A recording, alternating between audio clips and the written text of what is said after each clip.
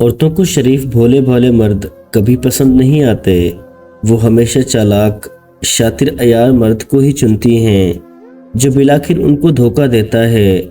مجھے کبھی سمجھ نہیں آتی کہ ایسا کیوں ہوتا ہے۔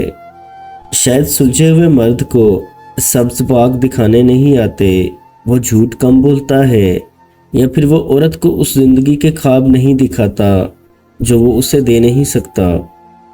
عزت اسی کو دی جا سکتی ہے جو عزت قبول کرنے کا ظرف رکھتا ہو، اور عزت قبول وہی کر سکتا ہے جو عزت دینے کا ظرف رکھتا ہو۔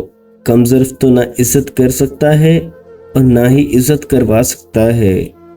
ارے وہ خوش رہیں، ہمیں کیا کرنا ہے؟ ان کی زندگی ہے، ان کو اپنے طریقے سے جینی ہے تو جئیں۔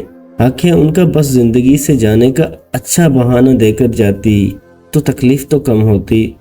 چہرے پڑھنے لگو گے تو دوستیاں ٹوٹ جائیں گی، نظریں پہچانو گے تو کئی لوگوں سے گھن آنے لگے گی، اور یہ تو جاننے کی کوشش بھی نہ کرنا کہ کون کون سی بات دل میں چھپائے بیٹھے ہیں، کیونکہ یہ تو بس خدا کا حوصلہ ہے کہ وہ سب جانتا ہے اور خاموش رہتا ہے۔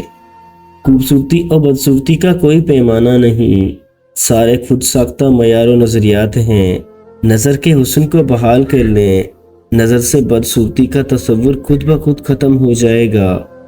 جب تمہیں کسی کی یاد بار بار آنے لگے تو یہ اس بات کی نشانی ہے کہ تمہارے دل میں اس کے لیے محبت کے جذبات جنم لے رہے ہیں۔